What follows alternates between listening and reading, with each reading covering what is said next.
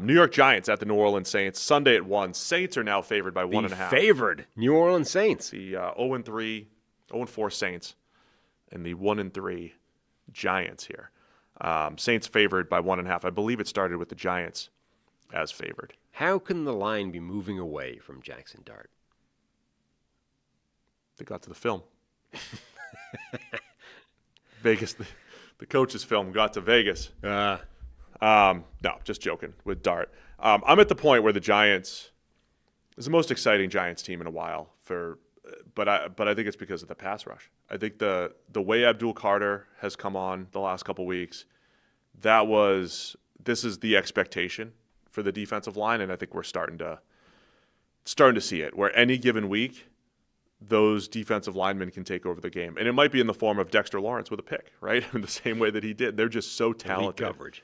Dexter Lawrence, Kayvon Thibodeau, Brian Burns, Abdul Carter, those dudes can take over a game. I think that's going to make Giants analysis or predictions tricky because there's other parts of the roster that I don't think are as great. And Dart's passing has looked inconsistent last week, and I'm not sure how long it's going to take for him, to build that up. But the pass rush of the Giants, that front four, can take over at any time. No, it can. And the Saints' offensive line, I don't think is great. Spencer Rattler has been playing pretty well this season so far, particularly relative to expectations, which were not high.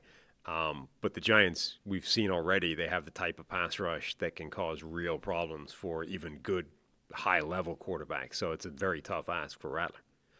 We always talk about this, like line moves within, from +3 to -3. It's not a huge deal necessarily. But this is one of those games I felt like the Giants, with their momentum, were going to be favored. I'm like, man, the Saints are, outside of the one Seattle game, they've been playing tough. They've been playing close with the other teams. They hung tough against Buffalo, and I think there's something to it. But of course, the Giants just beat up the Chargers. From a pass rush perspective, and then Dart's running ability is a massive factor in these. Huge, particularly But I think you can run on the Saints defense, but the way the Giants are calling plays with Jackson Dart at quarterback, they want to make this into, a run game first type of offense. Cam Scatterboo, Jackson Dart, and they're down Malik Neighbors as well, so that's going to incentivize them even more to run the ball. They are going to try and run the ball as much as humanly possible against the Saints. Hey guys, real quick, only 40% of our viewers are actually subscribed, so let's change that. Hit that subscribe button, and now let's get back to the action.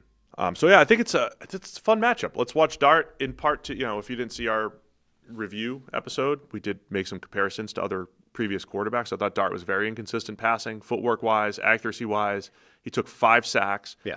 And look, it's just all of which that was were just avoidable. His debut. It was his debut. So who knows what he'll look like long term. I'm not saying he will be that player long term, but that debut was very much like that.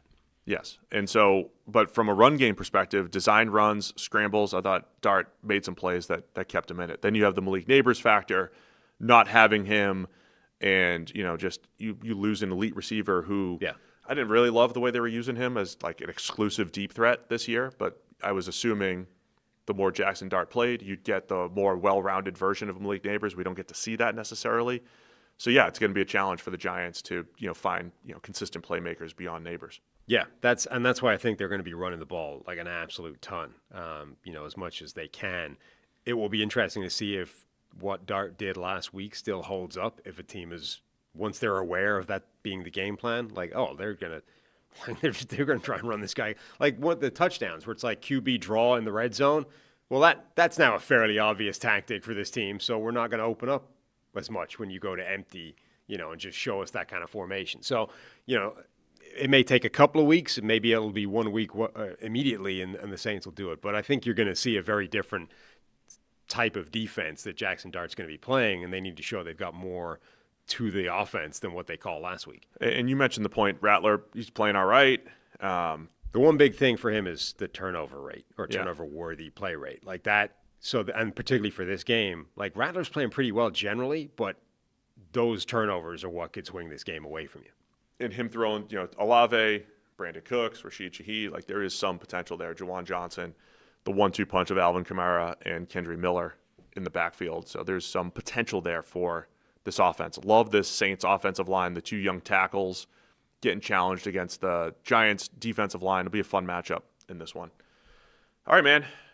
Saints favored by 1.5. That was my initial instinct was the Saints. I'm just an overall Giants hater, I guess. Yeah, I can't believe I'm doing it, but the Saints are favored, and I'm picking them to cover the line. Because I'm taking the Saints because I think they've been feistier than expected, and now they're at home. Yeah, but I thought they were going to be. I was ready to pick them as home underdogs. It's the same idea though. I don't like it though because I do think the Giants' defensive line will really get after Rattler, and he's already kind of prone to throwing the ball to the defense. That could be a real problem. Harry's a Dart believer though. He's taking the Giants as underdogs in the Dome.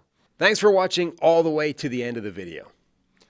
Check the Mic is live every Monday, Wednesday, and Thursday, so be sure to hit the subscribe button so you don't miss a thing.